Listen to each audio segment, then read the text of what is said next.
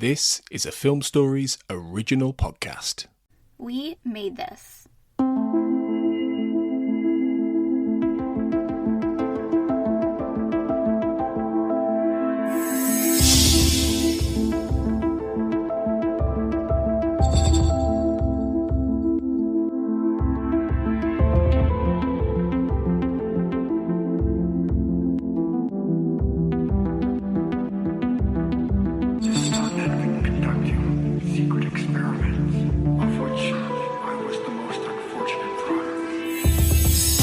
Welcome back, everybody, to the X-Cast. As ever, the truth is in here. I'm your host today, Carl Sweeney, and thank you very much for joining me for this discussion about the penultimate episode of Season 6. We're really racing towards the end now. And the episode, of course, is Field Trip. And I'm delighted to be joined by both Michelle Milbauer and Caredwen Foley on this episode. Hi both. Hello. Happy to be back. Yeah, it's good to talk to you both. It's been a while. I think, Michelle, the last time I spoke to you on a podcast, I think you were making sure we were all following the rules on the Dreamland drinking game. Yeah, I was the designated podcaster, I think. Yeah. You did a marvellous job. And Caredwen, I don't know, maybe Fight the Future Minute, I guess. I think it was Fight the Future Minute. Yeah, I think I remember boring you to death with some trivia during some of those minutes. I have to take issue with that. I think it was a lot of delightful quizzing that I was very pleased with my performance on. Yeah, the history of playgrounds was one, wasn't it? Yeah.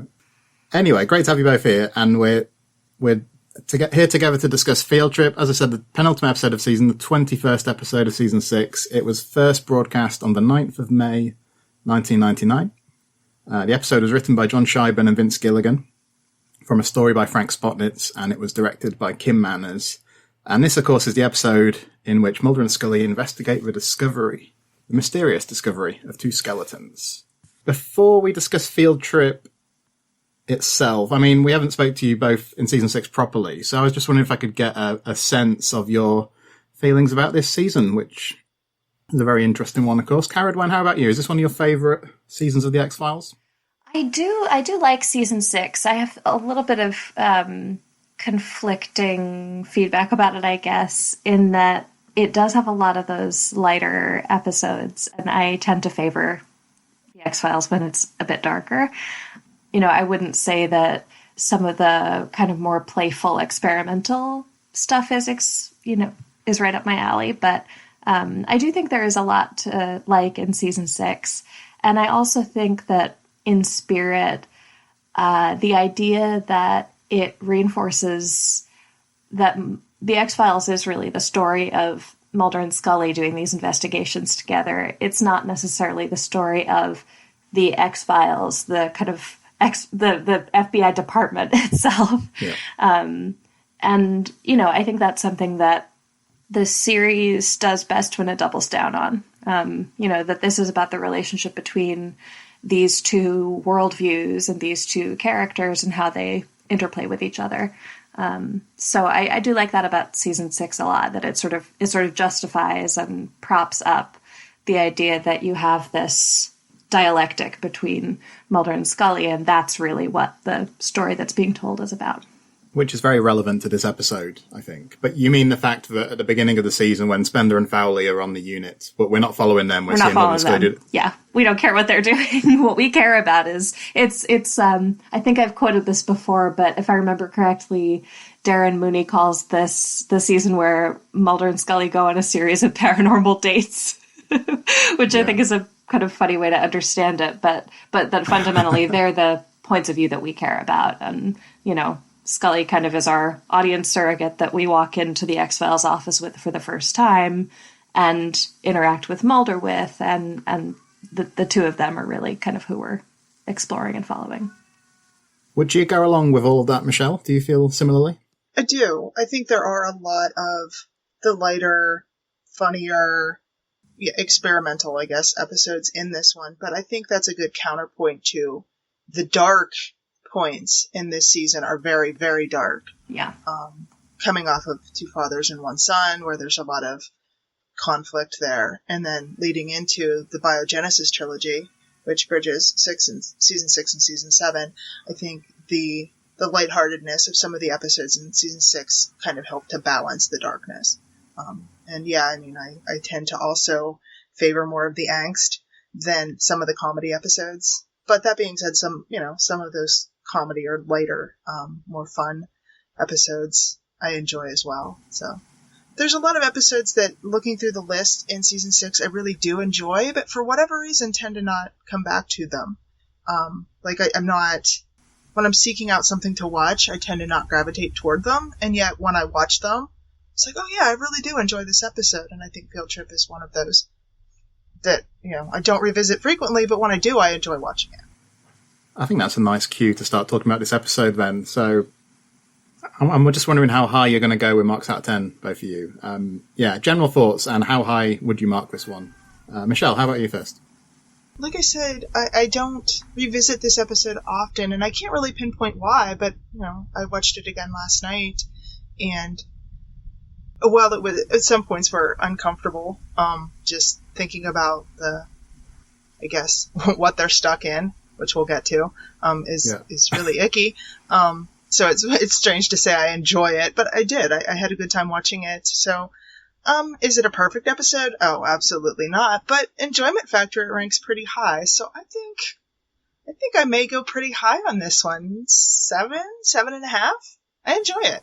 Okay. Fair enough. Caredwen, how about you? Yeah, I really enjoyed this one too. And this is an episode that I come back to periodically. I think I'd probably put this around 7.5 or so, maybe an 8 if I'm feeling generous. I think it has a lot to recommend it. I mean, I one of my favorite characteristics of the X-Files is that it is pretty self-aware, and I think this episode plugs into that very nicely without being overly cute about it, or kind of too coyly self-referential. Yeah. But I think it knows what its tendencies are and sort of lampshades some of them in ways that I think are clever and creative.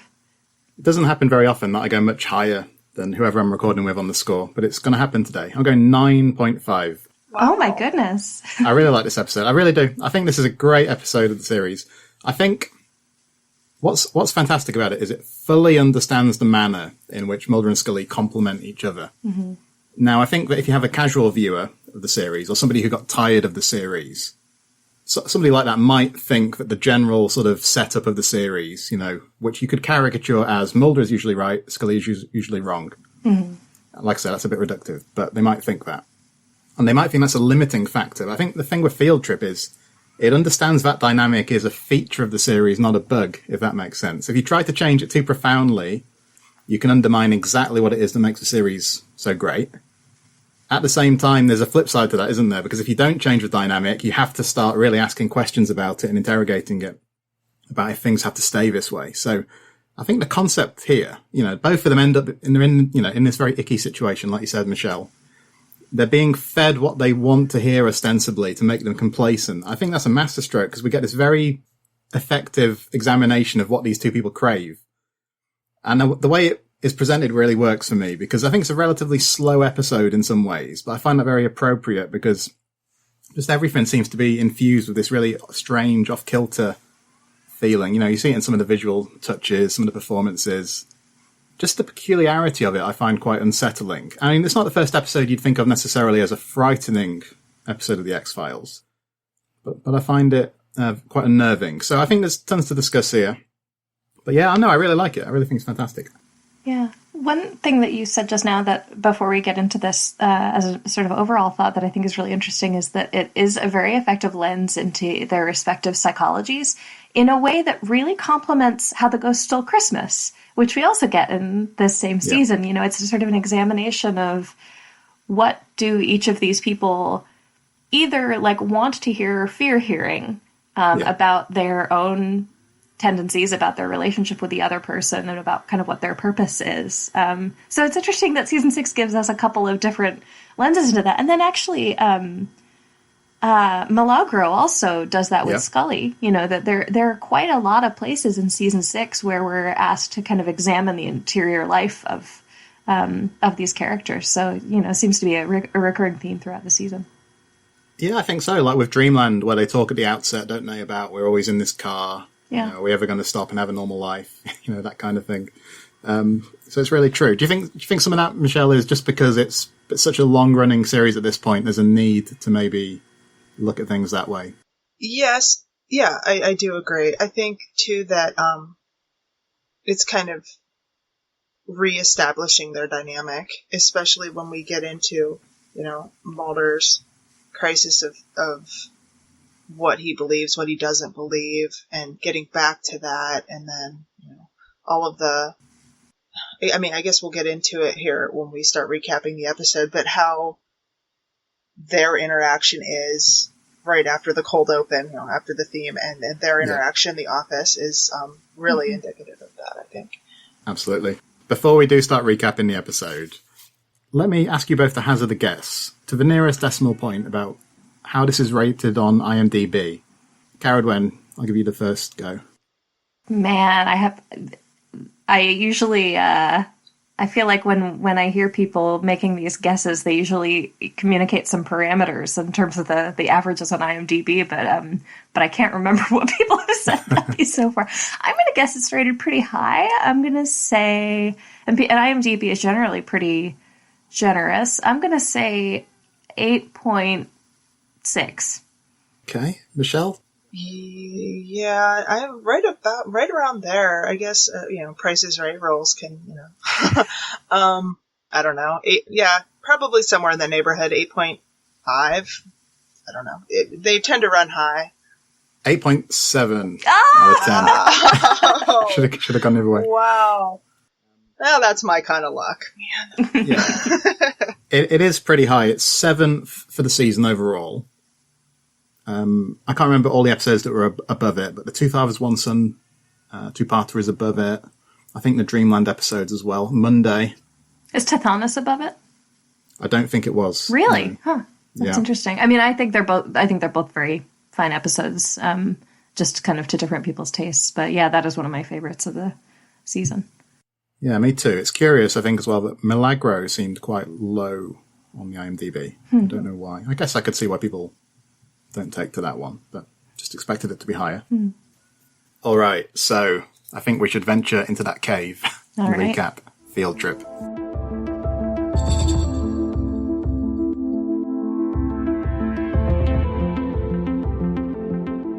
Okay, so when the episode begins, we see these hikers returning home. They are Angela and Wallace Schiff, played by Robin Lively as Angela, and David Denman plays Wallace. Yeah, it's an interesting teaser that she gets the head pain, the shower, which I'm wondering if that really is the water from the cave that she's showering with, and the shower gel is the goo, perhaps. She sees the goo, and then we flash to her screaming in the cave.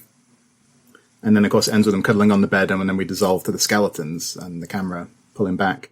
In my opinion, this is a very effective start to the episode because I think I used the word unnerving earlier, and it is. And it sets up this mystery in a manner that's intriguing and I think inexplicable at this point. There's no way you could really guess what's going on, is there, Michelle? I don't think. No, I don't think so. Also, did anyone else notice? And I'm not sure that I noticed it the first time I watched it, but the characters that were introduced to are kind of visually an analog to Mulder and Scully. You got the tall brunette gentleman and the smaller redheaded woman. For whatever reason, that happened to stick out to me last night. But yeah, she also reminds me a little bit of Samantha. She's got the kind of curly hair and like very kind of delicate bird-like features that the actress who plays Samantha has. So I think that's kind of she is sort of standing in for both Scully and Samantha there in a way. But I hadn't really kind of made that connection before in their visual presentation, but I think you're right. And also the fact that he makes a comment about having longer legs. Yeah. And it reminds me of the comment in, is it Syzygy, when they're talking about Scully driving and her feet can't reach the pedals. And that he's quite, enthusiastic and sort of dives into things, and she's kind of, dragging her heels or a little bit, reluctant. That sort of mirrors their dynamic, too. Yes. It's interesting that you make that comment, though, about them mirroring Mulder and Scully, because, of course, later, not to jump too far ahead, but when Mulder hallucinates, he imagines that Angela has, he sees Wallace first, Angela's still taken. So that's a good start, I think. I think the episode's greatness, like I said, if it comes from that interplay between Mulder and Scully, which kicks off immediately in the FBI office. The first thing I noticed this time is there's that weird moment where the projector's kind of off kilter, isn't it? And he says something about they did something to it. So I'm wondering, is this one more reason that we can hate Diana Fowley for? Did she misalign the projector or something? Misaligned the projector and he couldn't find the screen. So that's why they were projecting it on the wall. So it's an interesting one, Caredwen, isn't it? We get Scully thinks it's been a double murder. The ritualistic overtones is the phrase that recurs all the way throughout. Mm-hmm. Mulder's like, well, there's no evidence, and there's this thing about the Brown Mountain lights, cattle mutilations, blah, blah, blah. Now, if you ended that scene there before they proceed, that's the kind of discussion. This could fit very easily into an early season, couldn't it? Mm-hmm. You know, this kind of case and this kind of back and forth, I think. Yeah, it is. It's very, kind of prototypical of them, which I think feeds nicely into their Mulder's remark about this perfunctory dance. It really is sort of the prototypical discussion between the two of them. And like, here's the, outlandish or supernatural hypothesis. And here's the, kind of more mundane hypothesis, in a way that's so apparent that the characters have to lampshade it. You need somebody to say, like, we do this all the time, don't we? Because at this point, we're 6 seasons in. And when you're in season 1 and they have those discussions and it's, these lights are UFOs, another swamp gas or whatever, it can just happen on its own. But at this point, they've been doing this for 6 years. And, it is so neatly slotted into that dynamic that it almost has to be remarked on. So I really, really like the way they sort of draw attention to that in order to remark on it. And then the way that they also pull in the audience critique that I think was pretty predominant in fan culture at that point, that why doesn't Scully ever give him the benefit of the doubt at this point? Like, how can you keep being skeptical after everything that's happened? Mulder's right 98.9% of the time. How can you, in good conscience, go into these conversations and not give him some credit for that? And I think that's always, like, I always find that to be a slightly unfair criticism, because, okay, just because, like, you find that vampires really exist doesn't mean that ghosts also, like, these are all different phenomena.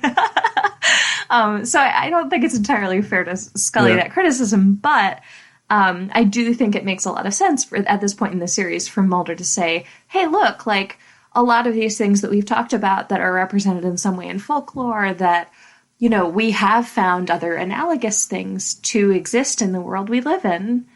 Can't you go along with me for once? So I think this is an effective place for him to kind of like make that bid and really, and he's asking it almost as like, not quite as a personal favor, but as sort of a like, hey, you know me, like, won't you trust me on this? Or like, won't you go along with my instincts? So I think it works as as both a piece of meta commentary on the series and as just like kind of a personal appeal between these characters.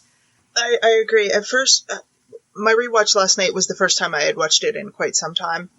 And my first thought in seeing that scene is, wow, she's being so dismissive and almost mean to him. Like, you could almost hear the eye roll. Like, oh, here we go again. Like, no, it's this. No, it's that. Like, she wasn't even, and don't get me wrong, it was well played by both actors. I mean, it was purposeful, but it was almost as if her response was like, okay, here we go with this again. I'm not even going to put forth the effort to really argue this point because it's so natural at this point. You say this, I say that.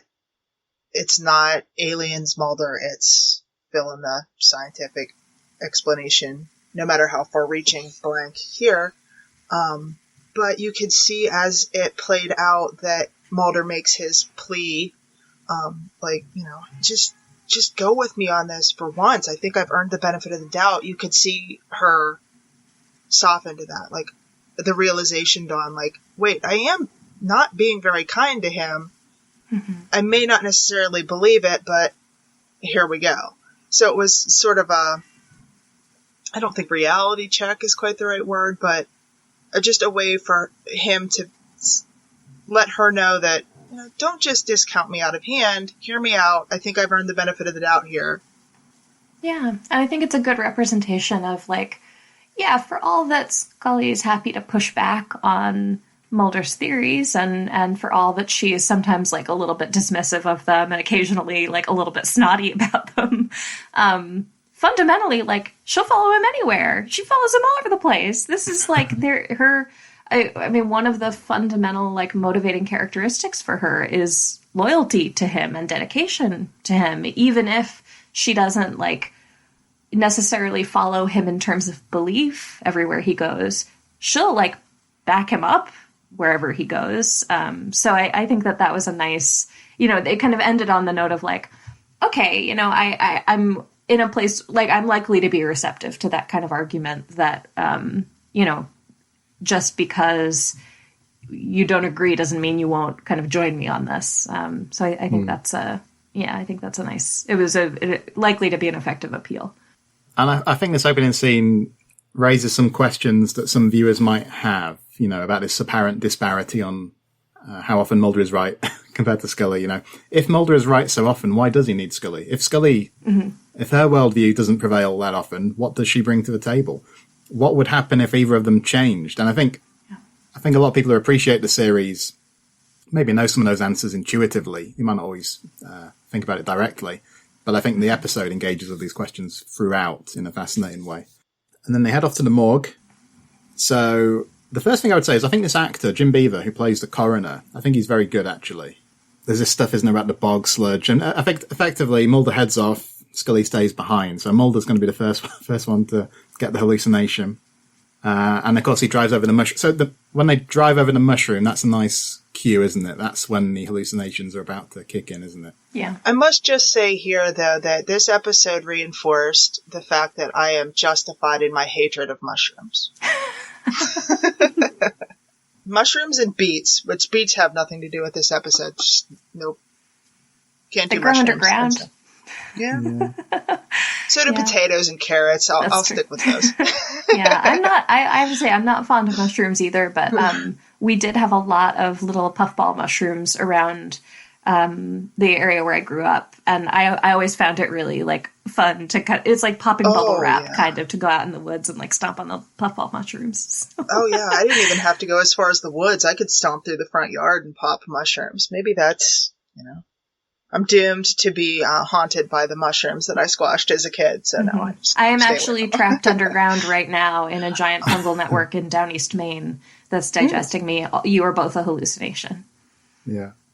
I'm not sure if that's congratulations or I'm sorry. I think being the first person to discover a particular type of mushroom must be interesting because, you know, you have no idea, do you? Like, will this be a mushroom that tastes really nice with a steak, or will it make me hallucinate? Will it kill me? I have to say, Carl, when you said that, for a moment I was convinced that, oh my God, he's got a mushroom quiz. Oh no! Oh, I've missed a trick there. That would be really good. Yeah. Maybe we could put that as a Patreon exclusive. God, a real life mushroom quiz would just, that's so dangerous. You're just taking your life in your hands.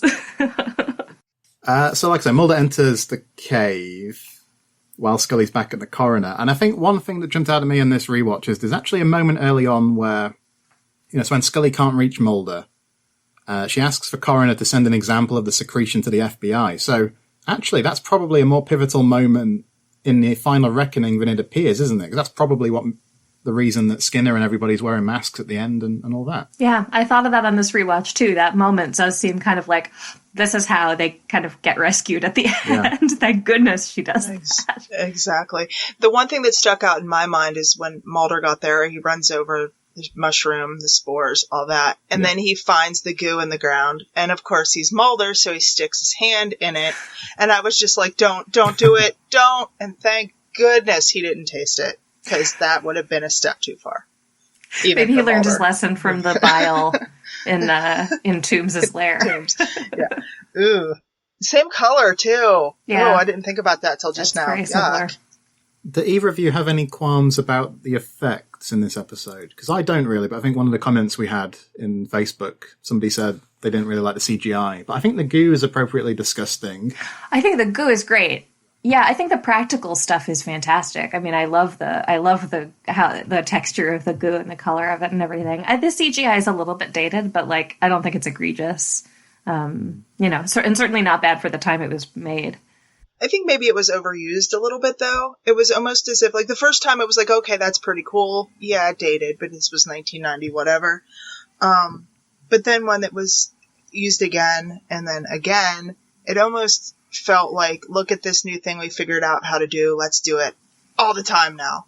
I think had it been used a little bit more sparingly, it could have been similar in a way, I suppose, to the cockroach trick back in Copperphages, when it looked like the cockroach was on your TV screen and then scuttled across, and then that was it. They didn't do that to the viewers again. It was just like that one little visual trick.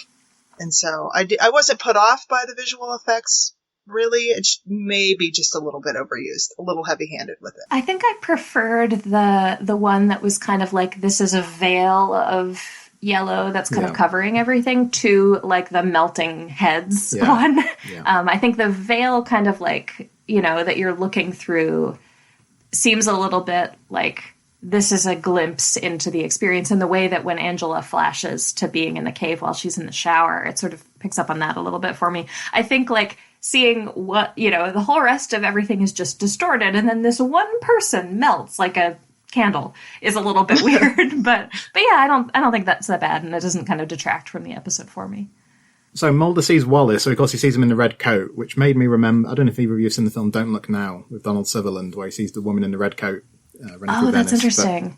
I don't know if it's a deliberate homage to that. I did notice that both the hallucinations of Wallace and Angela are wearing the clothes they were wearing in real life, which is very strange. Like, is that a deliberate choice? What is that telling us?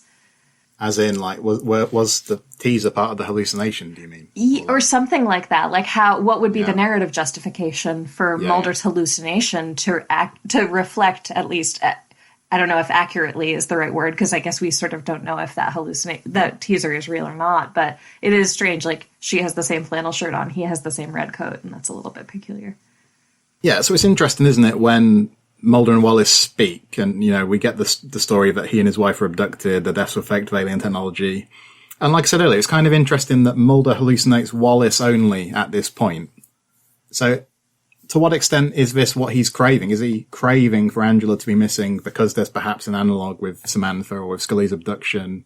Yeah, that Wallace is sort of the one that he identifies with more directly, and that, he would connect with, a partner or a spouse who is bereaved in a way, and who is like desperately trying to get someone back who's missing. I think that there is a lot about that first interaction when they're in the cave, where Wallace is talking about Angela still being up there, being experimented on. That, I do think that that the guest actor is like overacting that scene a little bit, but I think that he's doing it drawing on some of those, the previous references that we have for extremely scared, out of control Mulder when Scully's been missing. Yeah, it seemed to be a good way of lulling Mulder into belief. It's hitting all the notes for him to the point where it almost goes too far, which is what dawns on him, like, wait a minute, this is too by the book.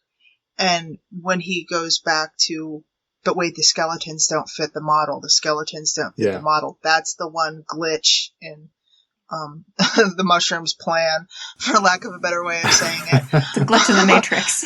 Yeah, right. Yeah.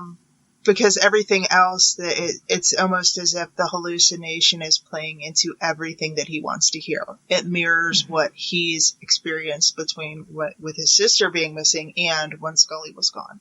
Yeah, especially when they find Angie, which is after. There's a nice moment I like when they see hear the rumbling. They see the light, which is actually Scully's flashlight. That's a touch I like. Yeah, that was great. But then when they find Angie, and again, some nice little touches in that scene. Like, she's filling a cup of water, or Wallace is filling a cup of water. Then we get the next angle. It's actually the goo. Yeah, when he starts to echo Mulder's earlier dialogue and thoughts, like maybe it's like the cattle mutilations. And then when he says, I guess they didn't want you to know the truth, like his hallucination is feeding him stuff in a way that relates back to him and his quest. And of course he walks towards the light, which kind of reminds me a bit of what happens in Requiem, further down the line, doesn't it? I made that same note this time, that it's Mulder goes and gets himself abducted because he thinks he can solve the mystery. And then Mulder goes and gets himself abducted. And of course we get that jump to his apartment with Scully just turning up. I quite like the jump to that scene, which of course that goes on, doesn't it, Michelle? They reference that a bit later, I think, don't they? Yeah. Like, we get some gaps in the narrative, which is kind of fun in this episode, I think, yeah. Yeah, I mean, and even back in the cave, I mean, it's everything to make Mulder believe and stay in this hallucination whenever Angela's story is effectively exactly what happened to Scully. It was a bright white room. I was laying on a table. Nothing was holding me down. Clear to, I've got the chip implant in my neck. I mean, the whole thing. So, yeah, just to lull him into compliance, I guess, just stay here and be consumed. Yeah. There was a strange moment, actually, in that cave scene that I noted this time that I hadn't really noted before, which was when he found the implant in Angela, and then Wallace was in some way confused about why he didn't have the same thing, and Mulder said that male abductees typically don't report implants, which isn't, I mean, I guess it's a different kind of thing, in that the female abductees all had the back of the neck, like cancer-associated ones, but Dwayne Barry was chock full of implants. So that was a sort of a little kind of, not exactly continuity error or gap, but just it was a piece of phrasing that I think maybe was a little bit messier than it could have been to kind of accurately communicate. Okay, this version of this is something that we typically see with female abductees, but yeah, sort of Mulder probably wouldn't say it that way. Yeah, that's a good point. I didn't think about Dwayne Barry, but yeah, you're spot on. Mulder's very happy, isn't he, at the apartment? One line I really like: Scully, I want you to put aside your scientific bias for a moment. That's funny. That tracks. He's just kind of joyful, isn't he? He's found the truth, something that will apparently change humanity. Of course, Scully's not fully on board immediately, but it's when Mulder shows her the alien, which is a nice scene, isn't it? I abducted him, he says. Very Spielbergian piece of direction there, with the like little skinny fingers coming out from behind the box. And they communicate telepathically. I think it's interesting to see Scully here, isn't it, as well? Because seems very moved by the experience in Mulder's hallucination of this encounter.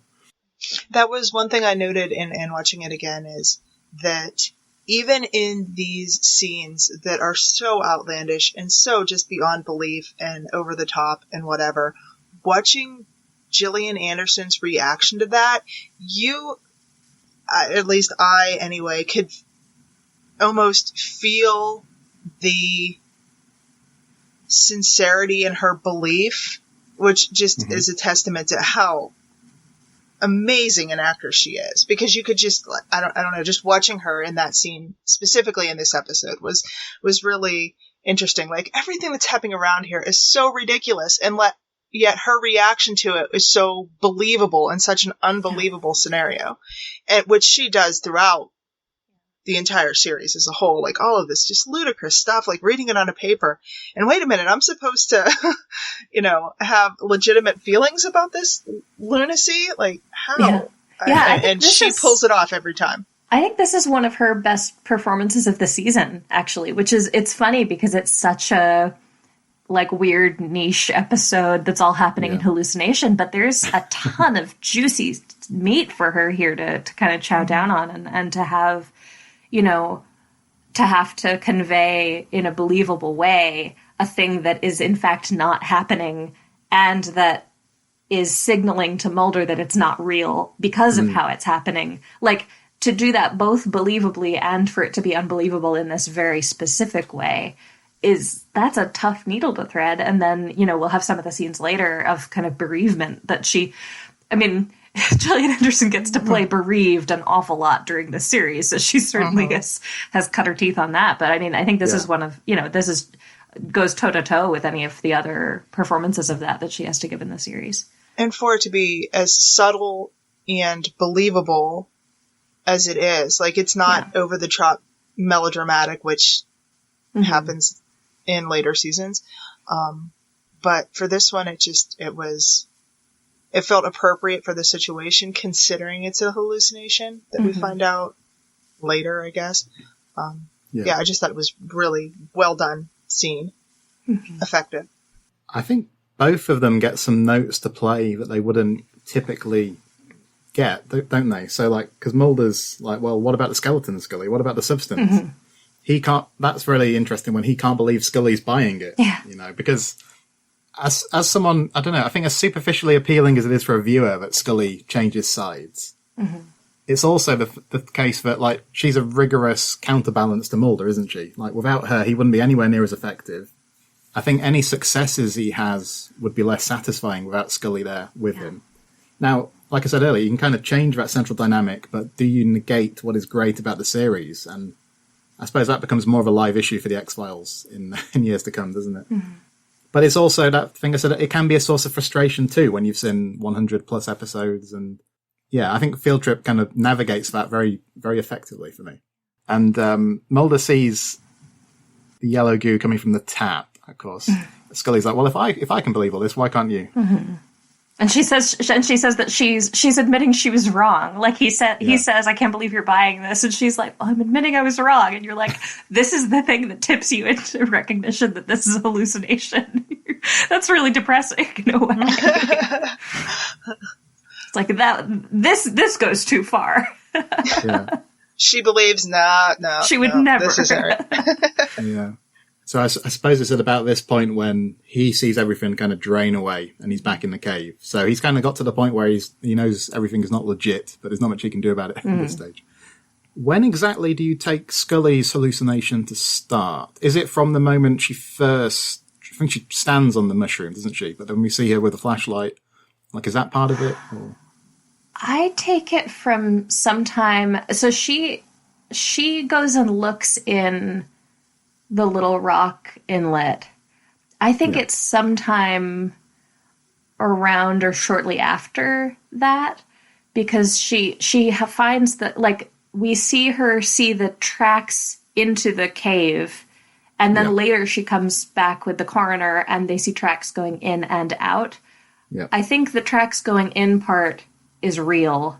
I think the tracks going in and out, the tracks going in and out part is clearly not, but I think she's still, I don't think it's from, like, the moment she inhales the spores. I think it's sometime in the, like, few to several minutes after that.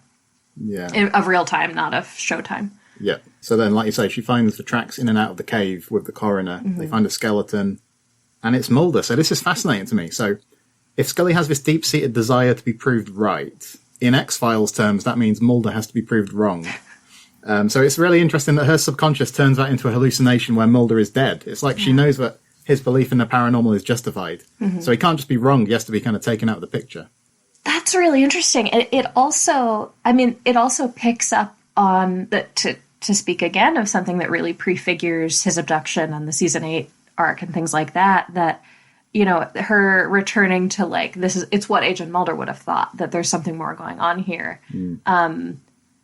In order for her to access belief and for her to go to bat for these supernatural ideas, it happens when she has to step into Mulder's shoes because he's not there to be in them.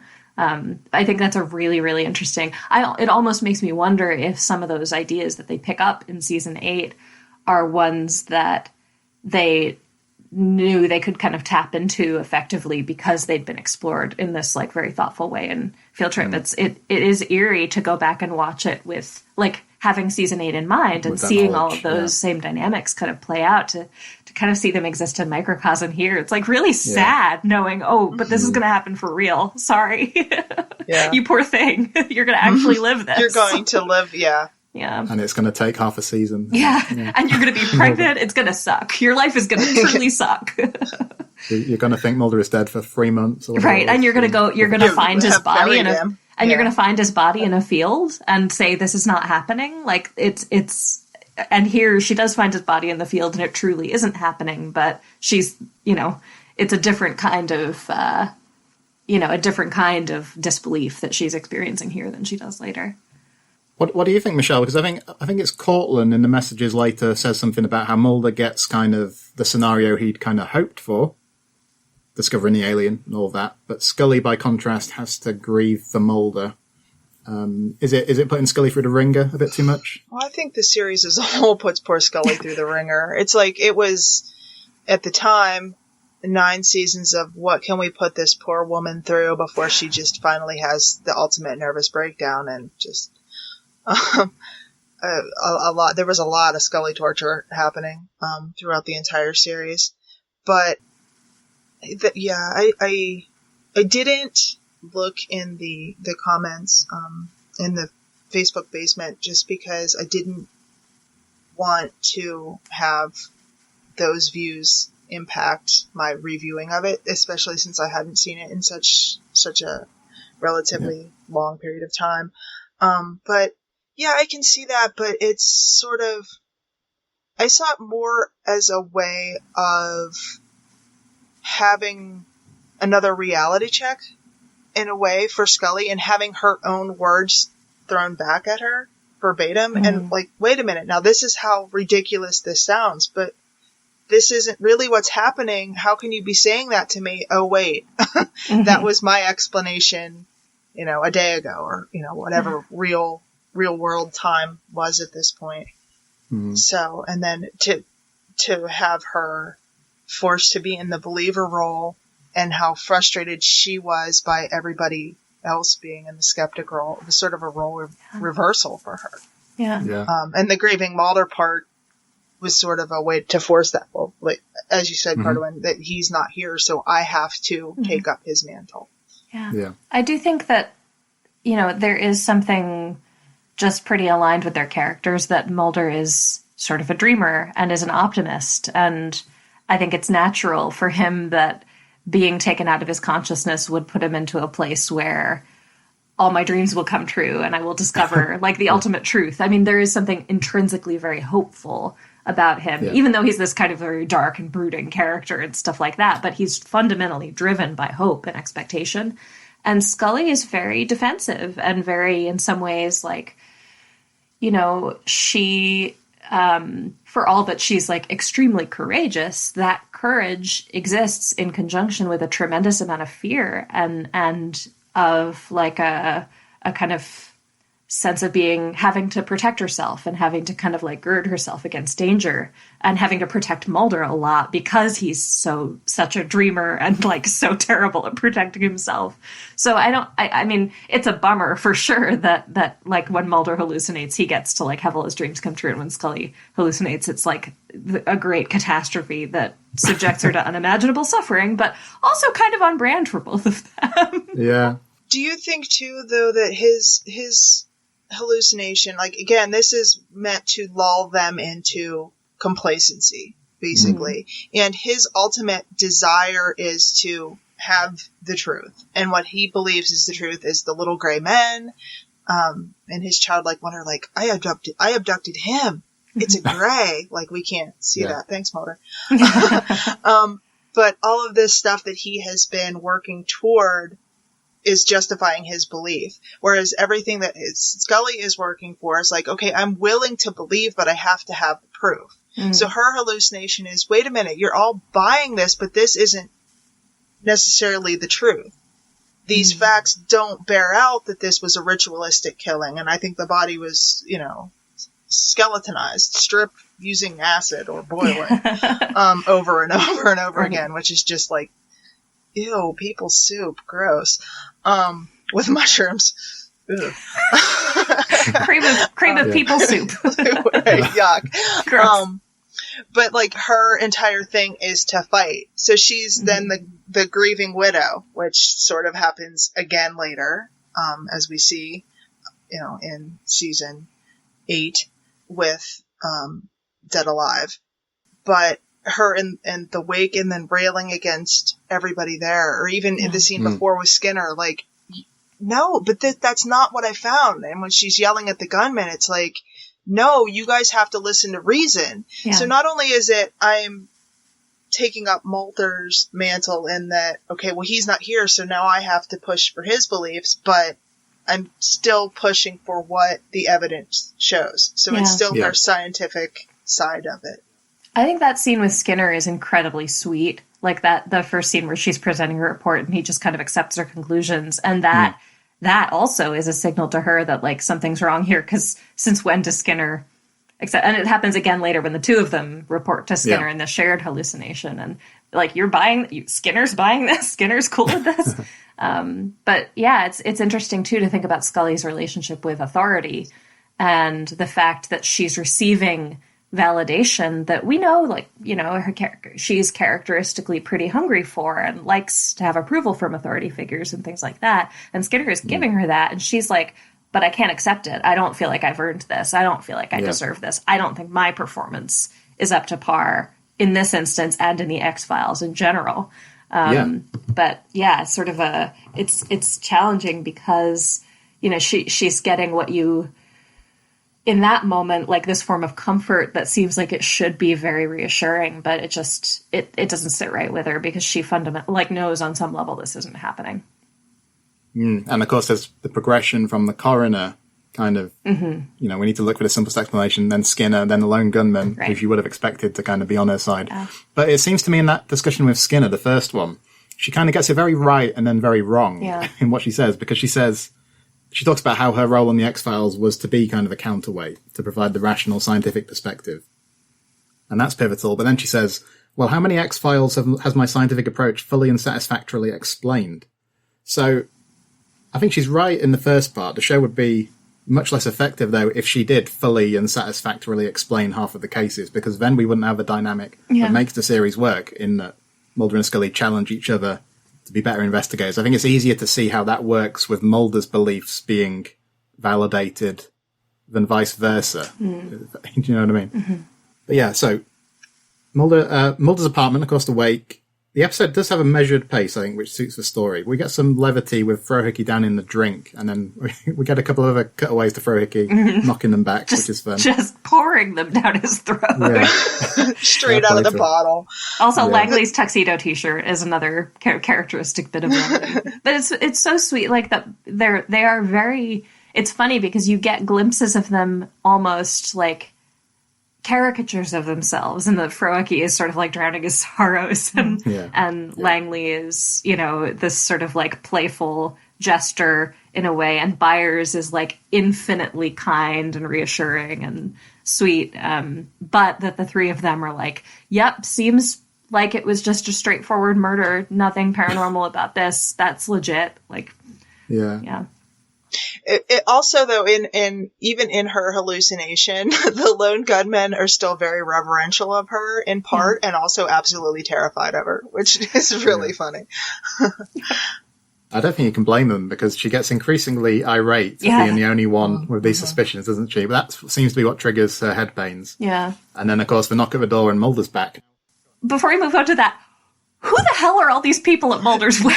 Exactly. Like, who is the lady with the priest by the casket sitting by the in his bedroom? His apartment is crawling with people. Who are all these? None of all of these strangers. It's almost like she has a fear that he secretly has a bunch of friends. That she doesn't have. It's so sad. Yeah. It's kind of like when Scully has the baby shower in season 8. Yeah. And there are all these women. Who are all these women? Never seen are these before. all just like people who are in Maggie Scully's book group that you've never met? Yeah. I always forget to, you know, the fact that it's Mulder knocking on his own door. I never think of that until it's pointed out, which is kind of a nice sign of how much you can be misled with a story. Yeah. You know, that is a great transition into. I'm curious what you guys think about, like, when does this go from Scully's POV to a shared hallucination? Because after Mulder walks in and they have the conversation, at the end of that, he sees her melt away again. Yeah. And before that, we were definitely in her POV. So is it like, when does this become shared? I guess in my mind, it's sort of like when he enters the apartment, their consciousnesses are kind of approaching each other, which is interesting because, like, how is this, like, psychic connection between them manifesting? There isn't, you know, a kind of exploration of that in the context of the episode, but I think it's super cool. I do really like the line, and I'm going to butcher it. I can't get it verbatim, but whenever she says to him, this is a hallucination, and either you're having it or I'm having it or we are having it together. Yeah. And it's like, wow, you know, that's one hell of a partnership when you can share a mushroom trip and have the same, but I mean, that line is pretty profound to me, in that it just shows the depth of their partnership. And it's like, okay, we're both now in our own separate hallucinations, or what we have to believe are separate hallucinations, realizing that something isn't right here. And then, you know, either you're having the hallucination or I am, or we both are, but something here isn't right. And I just really appreciate that scene. I think what's really good about the episode is it hits at just how profound that kind of nexus between them is, but in a way that doesn't seem trite, you know. Yeah. In terms of Caredwen's point about when the shared hallucination begins, there's a moment when Mulder's back and he uses the language that the shifts had used in his hallucination about the white, featureless bay. Mm-hmm. So I think definitely by that point we're in a shared hallucination, and possibly slightly earlier. Yeah. It almost makes me wonder if, like, his knocking at the door in Scully's hallucination is the point where he enters it. Like, that's in some way that, can I come into your dream? Yeah. I think that could be it. That's the moment when they end up in the same part of the cave or something, and it kicks in. There's a funny moment. I just like David Duchovny's delivery when Scully says that the shifts are dead, and he's like, no, actually they're not. That's very funny. Yeah. His flat affect all through that scene is really good, I think, because it's also almost like a send up of, you know, people will sometimes criticize that about his acting, that he's quite, you know, reserved and deadpan, and it works so well here because you can tell he doesn't really understand or believe or remember the stuff that he's talking about. He's just parroting the thing that he knows is supposed to happen.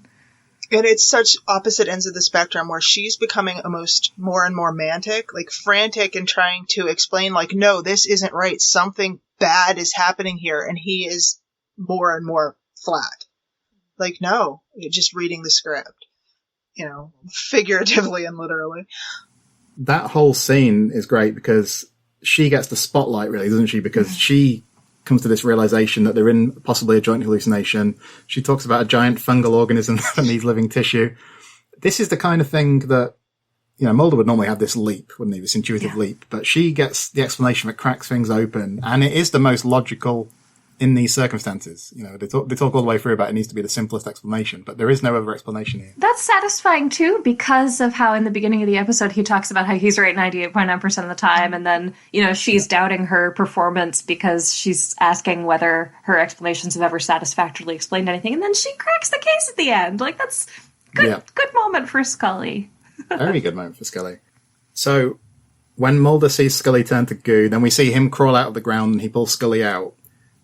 It's a really good fake out, this, for me, because that is actually a believable conclusion. Mm-hmm. You know, given the ending of things like How the Girl Stole Christmas and how they get out of that scenario, I could accept on first viewing that is how they would end this episode. You know, so that fake out really works for me. How about you two?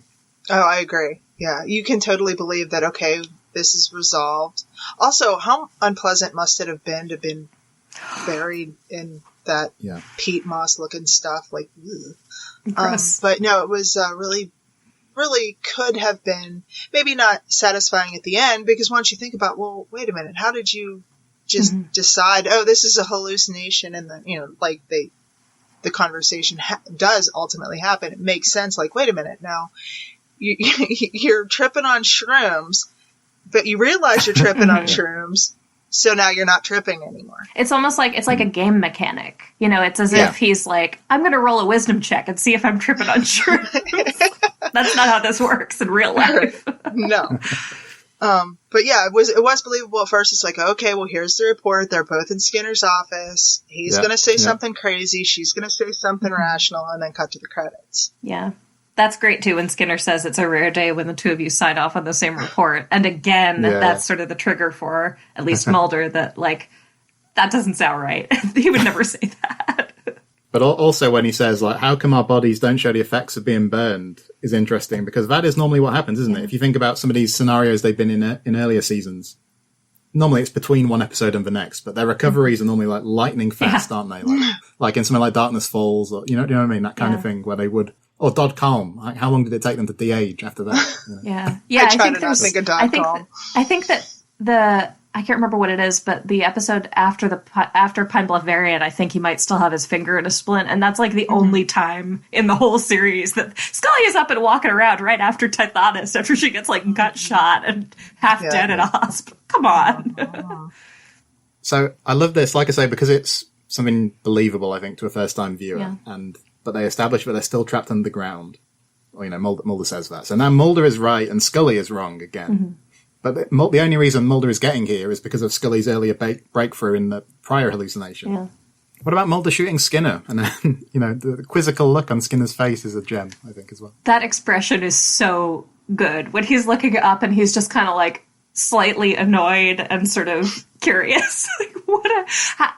It's hard to imagine as an actor or as a director, like, what is the face that a hallucination gives after being shot in the chest at point blank range 3 times and then having to indicate that this isn't real? Like, he just looks vaguely pissed off.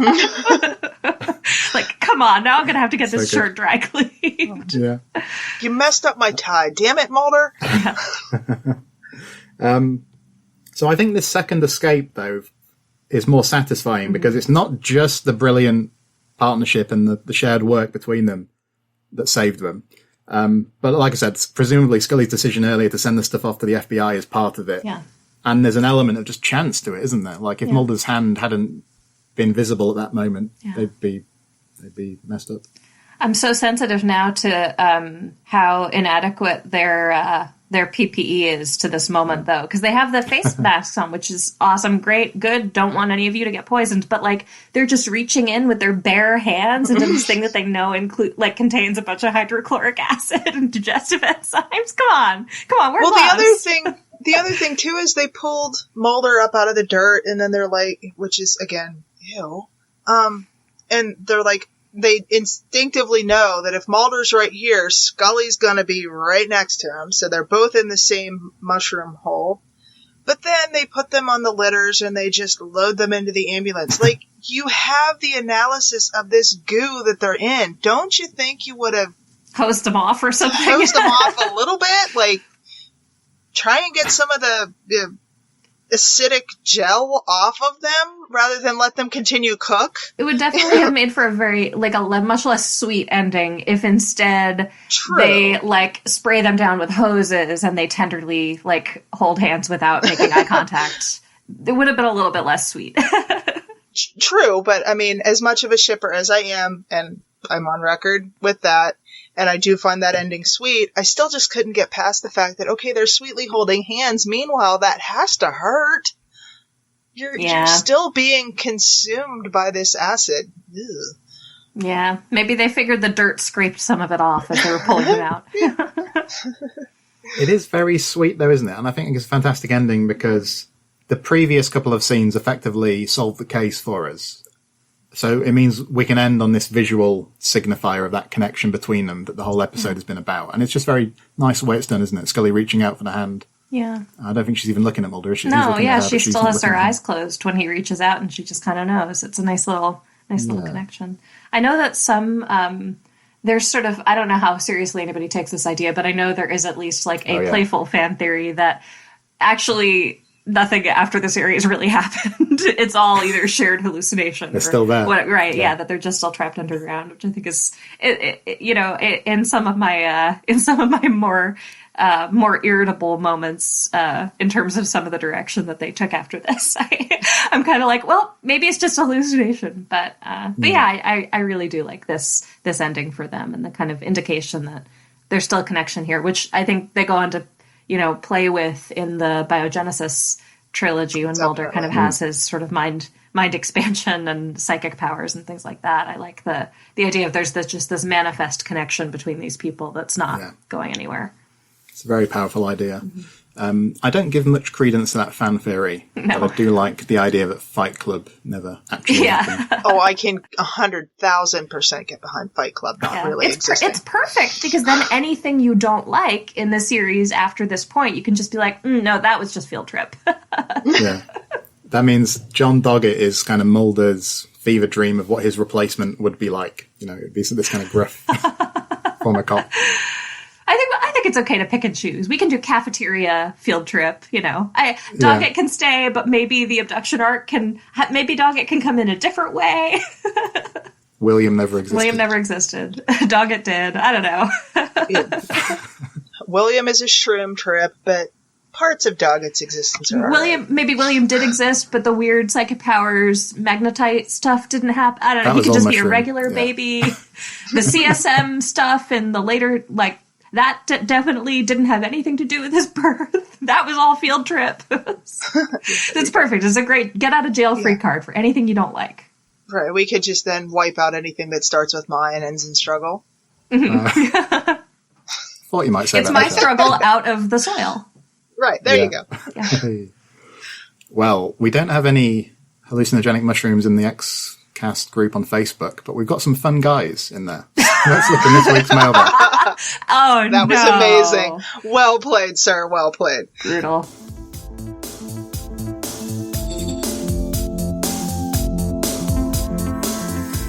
Okay, so let me read a few of these. I'll start with Michael Little because he left us a nice long message. He said it's his favourite episode of the 6th season. The anxiety running throughout season 6 that the show is facing something of a midlife crisis finally explodes here. The season has been playing mind games all year with the nature of reality, and this episode is the ultimate expression of that. There's also a sense here that Mulder and Scully are gradually becoming aware of the fact that they are characters stuck in a TV show where nothing ever really changes. He goes on to say, Field Trip confronts the tropes, calls out the cliches, and explores the worst fears and greatest hopes of Mulder and Scully by nearly breaking the fourth wall. Just moving on. The Coveney and Anderson both do really fine work here, especially the latter. Field Trip is a twisted, macabre love story about the darker recesses of the Mulder-Scully dyad. That is a great comment. Macabre love story. Yeah, he puts that very well. Cathy Glinski says, definitely a highlight of the season. I love that the episode shows how Mulder and Scully balance each other out. It may seem like Mulder is always right, a common criticism of the show, but he needs Scully to challenge his theories. Scully may seem overly sceptical, which is another common criticism, but her questioning leads to important pieces of the puzzle. The episode focuses on their importance to each other and their connection, and that's what I'm here for. So supposedly in the early days of the series, there was some talk about whether Scully needed to be in the right more often. You know, some of these cases that might seem to have had a paranormal explanation at the outset would turn out not to have had. But I think they very quickly decided that wouldn't have been a wise path to pursue. Does any part of you, either of you, feel that it would have been nicer to see Scully get some wins on the board in the early years? I think that the show needs to leave episodes where there is a plausible kind of mundane solution a little bit ambiguous. I think there are a bunch of episodes where we don't ever totally find out what's happening and it's not definitely supernatural and there's a reasonable kind of real world rationale for what's going on. But I sort of think that it feels like a little bit more of a tease to the audience if you have a case where it seems like maybe there's something supernatural happening and then it totally, you know, that piece is totally purged and we don't get any of it. I think that could feel a little bit anticlimactic. We do get stories like that, like the Eves. You know, there's Mulder at the beginning is very interested in the idea of like this is related to cattle mutilations, alien abductions. Actually, it's just like fertility experimentation gone wrong and cloning. And while that's kind of cutting edge and a little bit out there at the time that the show was made, it's not fundamentally supernatural or paranormal. It's just, you know, something that they hadn't kind of previously reconciled into a scientific explanation. So I think that when you have stories that have more mundane solutions, they still need to be a little bit out there and that like, wow, human cloning experiments were a lot more advanced in the 1990s than were actually in real life. But yeah, I think if you came out of an episode where it was just like, nope, it was swamp gas, like nobody would be into watching that. Yeah, that's what I was thinking. Like, it'd be a bit Scooby-Doo, wouldn't it, Michelle, if they go to investigate a ghost and it turns out to be somebody's uncle who's running the Mr. Jenkins with a really good mask. No, that would veer very quickly into I don't want to watch this. But the one thing that I do like is, okay, Mulder is right 99.8% of the time, or whatever his number was. Yeah. Yes, but it takes both of them to get there. So you kind of need her point of view and her scientific rigor to get to the point where anybody else could even remotely believe in Mulder's outlandish beliefs. So even in things like way back in the Erlenmeyer flask, okay, what is that thing? You know, it takes her analysis and her point of view and her rigorousness to, in some respects, prove that Mulder's right or prove that Mulder isn't insane. Maybe he is insane, but that his theories and his ideas aren't completely just crazy, false ravings of a madman. So she may not be the believer and willing to jump immediately to, yep, it's aliens, but using her science and the process that she needs to go through ultimately leads to her believing more anyway. Yeah. So, and we see that especially coming up in the Biogenesis trilogy, that she goes to the Ivory Coast and she finds these things and she uses the scientific method to be able to prove that, okay, something abnormal or paranormal is happening here, but it's not the immediate belief. She needs the steps to get there. And I think without both of them and both of their methods, the show just isn't the same. Yeah, and I don't think Mulder is as right as he says he is at the beginning of the episode. I'm not sure. It'd be fun to know how the writers settled on that number. Like, how much time did they spend deciding that 98.6 would be the appropriate number to use? But like Caredwen says, in some episodes, he revises his initial hypothesis. Or a lot of the time, he's just like, well, I don't know. And it's quite late on that he develops a theory. But there's plenty of times he's in the dark until they work it out, All right, let's do a couple more comments. Cortlan... Waters Bartley says, I enjoyed this episode very much, with my only criticism being that once again, poor Scully has to experience her worst nightmare while Mulder gets to experience his dream come true. In that way, I think this episode connects really well to Babylon in season 10, where Mulder and Scully discuss their experiences of unconditional love and unconditional hate. And I suppose that's the magic mushrooms double bill, isn't it? I think. I suppose Excelsis Day is about mushrooms as well, isn't it? Like that's we interesting. tried on that. Yeah.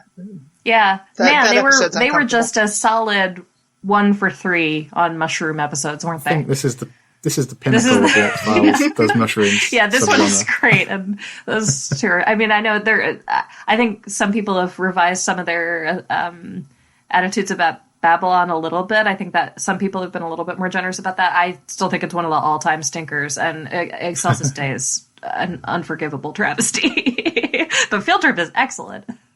I will say, though, Excelsis Day as an episode of The X-Files there's not even a word to describe how absolutely awful that episode is, though the episode of the X-Cast discussing Excelsis Day is still maybe one of the funniest things that I've ever heard. Yeah.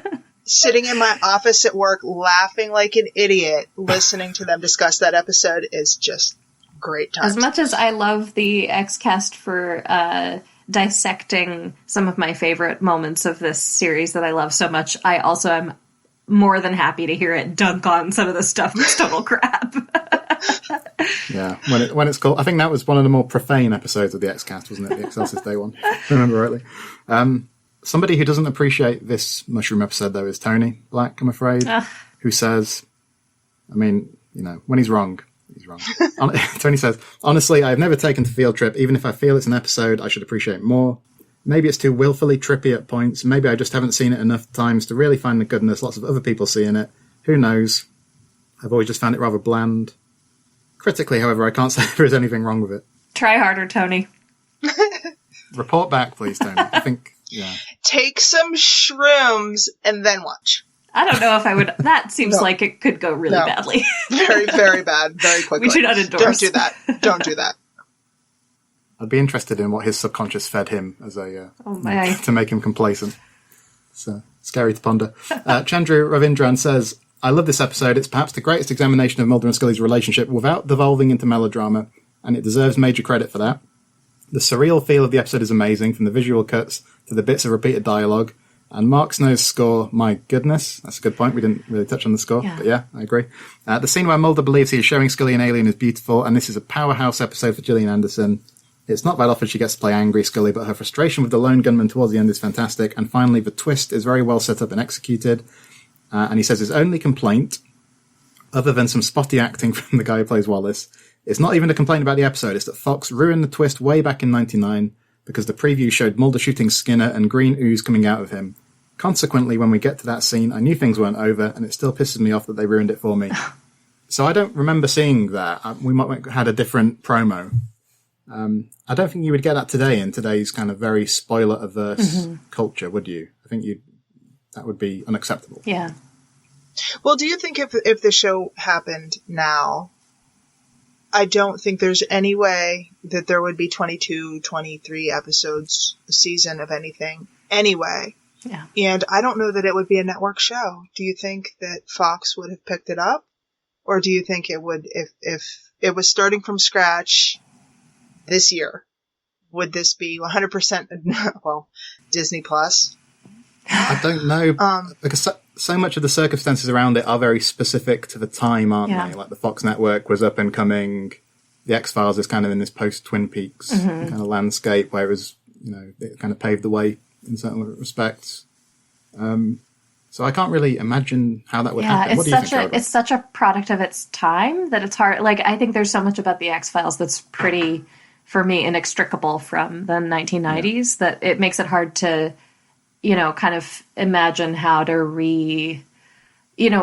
reapproaching. If you had, this series just kind of picked up and dropped on 2021, it's hard for me to picture that. I think a lot of elements of it would have to change pretty significantly. And I think a lot of the things that work so well in the early seasons too are things that are, even not just kind of cultural differences, but, technological differences and things like that. And the role that cell phones come to play in it. And, a lot of miscommunications or missed connections that just wouldn't be able to happen, in an age of just, ubiquitous text messaging. So, but then again, Mulder always had a knack for losing his gun and his phone even back in the day. True. So and I think now that... And they had to play with that in the more recent seasons too. In We're Monster, you have to have him just being incapable of taking a cell phone photo because otherwise this thing that the entire series hinged on of not being able to prove a thing because you couldn't, document it. That's just kind of not how we live now. Yeah. Although back to this episode, if you take this, by itself and just pulled it out of the series and plunked it somewhere, it could very easily, maybe not necessarily Black Mirror because it doesn't have anything to do with technology, but sort of a Twilight Zone-esque kind of episode, is an interesting idea. The two things that very much dated it was Scully's cell phone with the pull-out antenna, which is archaic at this point, and the coroner's truck, which looked like it was a pickup truck from 1970-something, which was how just driving an old Dodge pickup. Clear into the 90s. Good for you. That is a frugal police department there that they're still using 70s pickup trucks. I think this is a pretty, apart from those very minor aspects that are, a little bit more dated just aesthetically. I agree. It's a much more, the mechanics of the episode are a lot more kind of timeless than some of the other, the season 1 episode. I can never remember which one it is, if it's Deep Throat or one of the other kind of ones along those lines where there's a pivotal moment in that Mulder's trying to leave a message with, or maybe it's Colony or Endgame or something, where Mulder's trying to leave a message with a hotel clerk who then checks Scully in and can't remember that he's supposed to give her the message. You can't have that anymore. But this one, I think this story fits into, time periods pretty flexibly. And I like the episodes like that where they don't feel as contingent. Yeah. Is that Colony where the guy immediately forgets? I think it is Colony. Mulder leaves the message at the front desk and the guy breaks his pencil and then immediately forgets what the message was. Because how unforgettable is a name Fox Mulder? Yeah. That is an all-time great moment of the series. All of this happens because this receptionist at a hotel is exceedingly bad at his job. Just no working memory. Just nothing. Just goldfish up there. I just wanted to give the final word on Field Trip to Sandy Erickson, who says, "It's my all-time favourite episode." Aww. So, good call, Sandy, I think. Probably isn't my all-time favourite, but I think it is a somewhat undervalued episode, in my opinion. I definitely feel tempted to upward revise my kind of first pass numeric rating on discussion. I think there's a whole lot here to recommend this, and that picks up into some of the things about the series as a whole that I really love. What do you think, Michelle? Do you think it'll be a long time again until you put this one on? Or? No, you know what? I don't think so. Again, like I said, it's one of those ones that I tend to not rewatch for some reason, and I don't have any reason why. I enjoy it every time I watch it, and there's, a few episodes that are like that. So I don't purposefully skip it. It's just if I'm scrolling through, I think maybe next time I want to watch X-File, this might be one that I gravitate toward because it gives you a lot to think about. And again, as we've discussed, the parallels that you didn't realize upon first watch, like, wow, that really relates to something that happens in Requiem, or that happens in This Is Not Happening, or in Dead Alive, or in anything that happens after that. Yeah, it's just a really enjoyable episode. Icky, but it's a fun episode. I enjoy it still, and maybe a little bit more after discussing with you guys. Well, that's a nice note to end on, I think. Before we do wrap up properly, I'd just like to ask you both where we can find you online and what you're up to. And Michelle, how about you? Where are you? I am on Twitter. MMBaker13, in the midst at the moment of ceaseless Converse picks. Not sure exactly when this is going to air, so that bit of insanity may have come to an end by the time anybody hears this, but tons and tons of shoe pictures can be found at MMBaker13. So this is once a day, isn't it? And for context, this began in like another era. Yes, there was a different American president. It did. This insanity started, I believe, Labor Day weekend in 2020, when on the campaign trail, now Vice President Kamala Harris was at a campaign stop, and she was wearing a pair of black Converse Chuck Taylors. And at that point, I had already decided who I was going to vote for. So my pointless show of support was, I am going to wear a pair of Converse shoes from that day through the election. So that happened. And then the inauguration happened. And It's day 180 something or other, and it's still happening. But it will need to be ending soon because it's becoming borderline, maybe past borderline, hoarding situation, and there's way too many pairs of shoes here. But I have added some amazing pieces to my collection. One by the artist, friend of the X-Cast, JJ Lendl, did a custom Fight the Future pair for me that are absolutely amazing. So anybody that's interested in this insane bit of collection can check those out. And also, fellow X-caster Cortlan Bartley did a pair for me in her amazing calligraphy, hand lettering, that was a Ruth Bader Ginsburg quote, and they are also amongst my favorites. So those have been worn, both those pairs have been worn exactly one time, and now I just have to figure out how I'm going to build a shrine to them, because I'm terrified I will ruin them. I love the outer space ones that you posted. I think a couple weeks ago or last week. Yeah, I've lost track. Yeah, there's tons. Super fun. But again, I have a small house and there's way too many shoes. But it's been a really fun bit of engagement with people online. And so I'll just have to figure out what bit of insanity I can continue online that doesn't involve filling my entire house with Converse sneakers. Yeah. Oh. So, Caredwen, I'm not sure how you follow that. Have you got any I don't have anything nearly as exciting shoe related for that. I mean, you can usually find me in the basement, although I've been a little bit less active on Facebook recently. But I'm still on Twitter. I changed my handle from my first name to Anamanuensis, ANAMANUENSIS. So you can follow me there and see me retweet a lot of risk communication information about COVID. Hopefully, by the time this airs, maybe I'll be able to share a little bit less of that one day. Yeah, hopefully.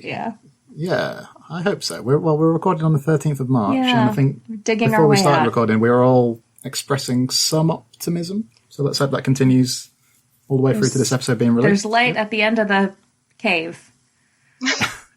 Very good. Right, I'm on Twitter at CKJ Sweeney. I'm also in the X-Cast group on Facebook. We're closing in on the end of the season. Hopefully the next episode you hear, I'll be talking with Chris Knowles. He wants to talk about the hallucination stuff in Field Trip and Biogenesis, and we'll talk about season 6 as a whole, I think, on that episode. Then I'll be back with Darren and Kurt, hopefully, to discuss biogenesis in depth afterwards.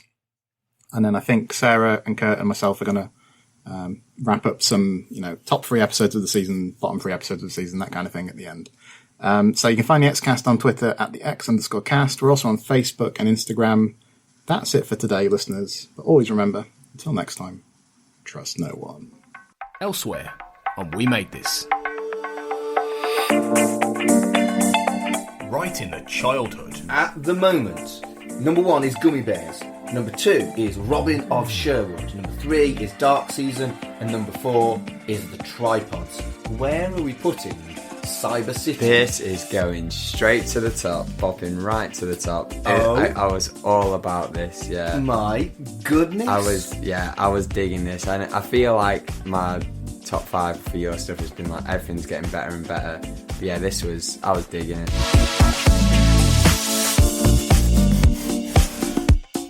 We dig music. She always makes me think of my mum, though, because my mum's middle name is Avril. Right, okay, I thought you meant because your mum was a skater boy? Because she was a skater boy, yeah. or your dad was. Actually, my dad was. My dad, in go. his youth, used to play roller hockey. I don't think that's quite the same as being a skateboarder. He was a skater boy. He had Fair roller enough. boots. Roller boots don't count. Don't diss roller boots. Roller boots are f***ing rubbish. I fucking tripped over a roller skate earlier, so roller skates can roller boots are coming back in a big way, man. I've seen loads of people doing skating. That is true, actually. You've seen. I always wanted some and I never got a pair. You could get some now. Yeah. Could have had some for your 50th birthday. That wouldn't have been a midlife crisis, would it? Yeah, I'll probably kill myself by I'm 51. Yeah, don't do that. We've got a load more episodes planned.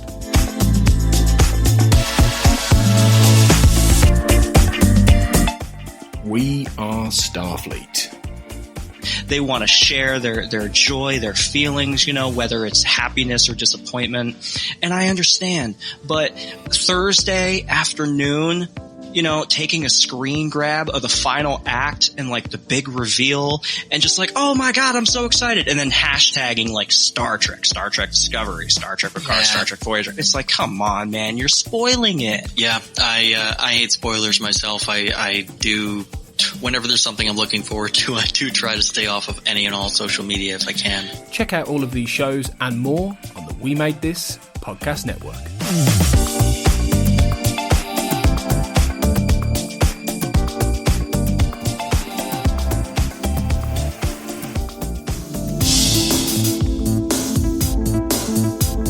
The Xcast and X-Files podcast was created by Tony Black and is produced and hosted by Carl Sweeney, Sarah Blair and Kurt North. You can find the podcast on Twitter at the X_cast, on Facebook by typing in the Xcast, and in our group, X-Files Basement, the Xcast podcast fan group, and on Instagram at the Xcast pod. Don't forget, you can support the show by becoming a member on Patreon. Our patrons get early access to episodes, behind-the-scenes chats with our hosts and a thriving community of X-Files, and other premium interviews and specials. To find out more and subscribe, you can go to patreon.com/thexcast. That's patreon.com/thexcast. We are also part of the We Made This podcast network, full of popular culture shows, including our Millennium series, The Time Is Now. You can find all of our shows at our website, wemadethispod.com, or via Twitter at wemadethispod. Thanks for listening and keep watching the skies.